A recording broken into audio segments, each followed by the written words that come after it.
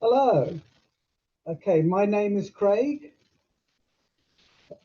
and for the last 2 decades, I have been teaching physics in various schools and colleges, and I can teach you physics in up to GCSE, A level, and beyond A level.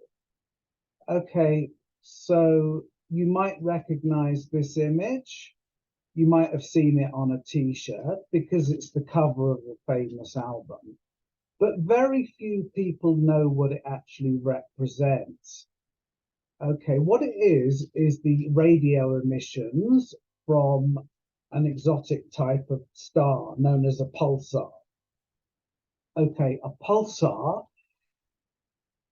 is a neutron star, a star with twice the mass of our sun, which has collapsed under its own gravity to form a super compact object about the size of an asteroid, which is rotating incredibly fast, around about 1,000 times every second. And it acts like a radio beacon, emitting these radio pulses. Okay, pulsars were discovered by Jocelyn Bell, a radio astronomer.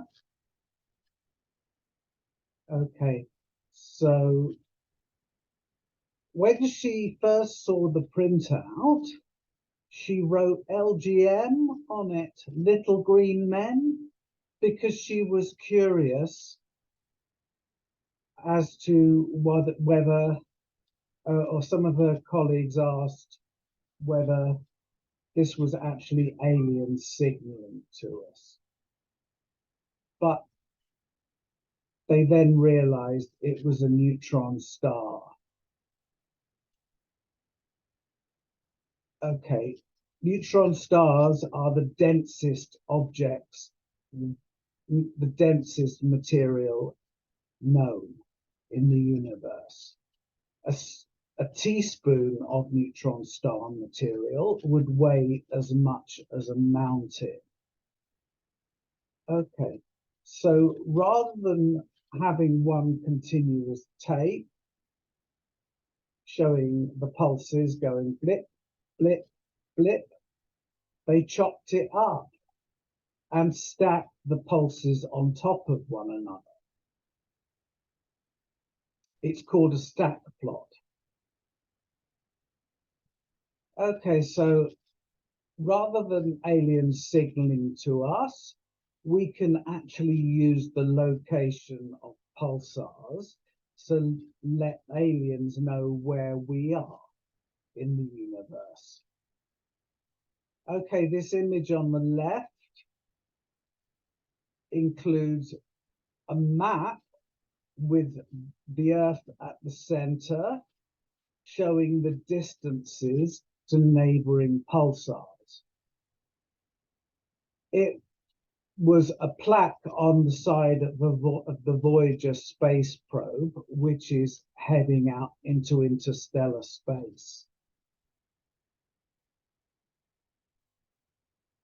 Okay, the pulsar that Jocelyn Bell studied is in the Crab Nebula, which is pictured on the right. The Crab Nebula includes the remnants of a supernova, which exploded in 1066, the year that England fought the Battle of Hastings, and the explosion was seen by Chinese astronomers. Okay, these remnants include the pulsar and gas and dust.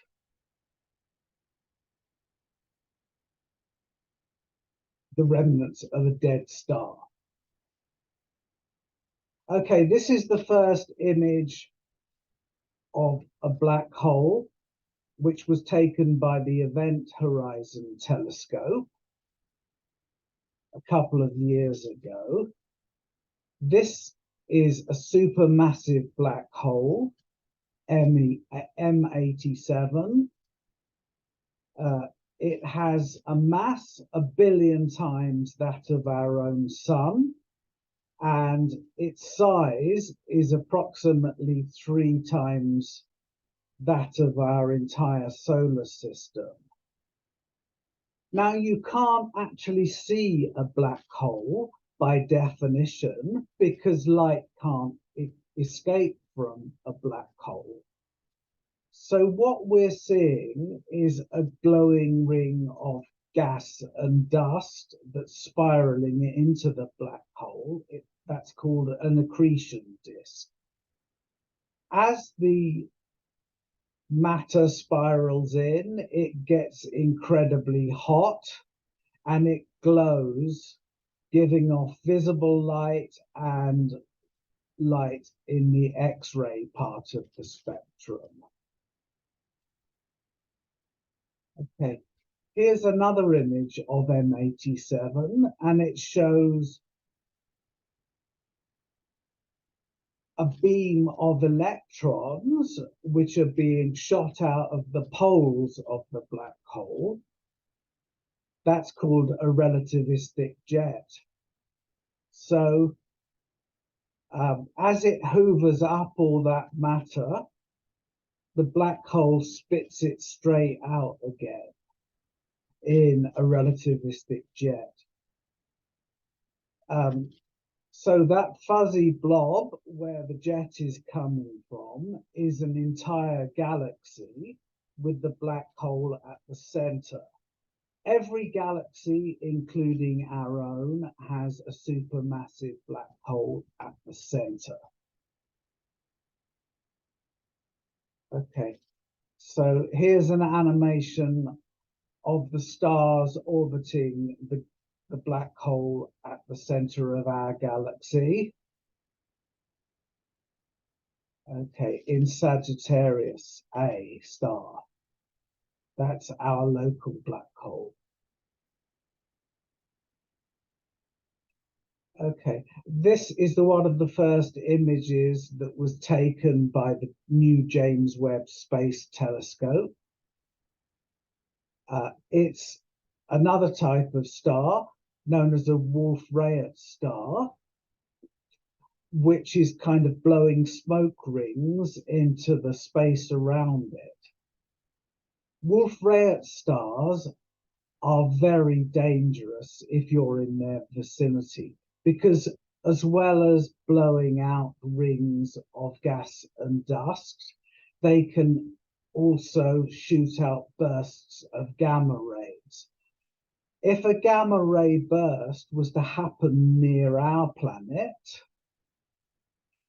it could chemically alter our atmosphere, producing poison gases. Now we're quite capable of poisoning our own atmosphere, as you know. But fortunately for us, this star is in the constellation of Cygnus and is 6,000 light years away. So we are well out of the danger zone. Okay, so physics can show us an awful lot if you can read the patterns. Okay, so 2,000 years ago, a man called Eratosthenes was able to measure the size of the Earth.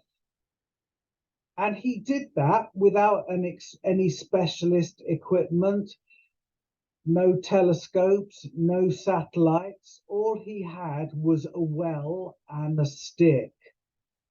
and mathematics and logic. And his estimate for the size of the Earth gave it a circumference of 40,000 kilometers, which is very close to our modern estimate. Extraordinary. Okay, now solving problems. Let's start with this little puzzle. It's actually a message. It's not in Dutch, it's in English, but I have encoded it. So you have to crack the code. There's a massive clue to this code in one of the words of the message, which should give you a massive clue to the code I've used. Okay, good luck with that. So if you would like to learn physics with me and unlock the secrets of the universe, I can give lessons up to A level and beyond. So contact me at that address if you'd like to study physics with me. Okay, cheerio.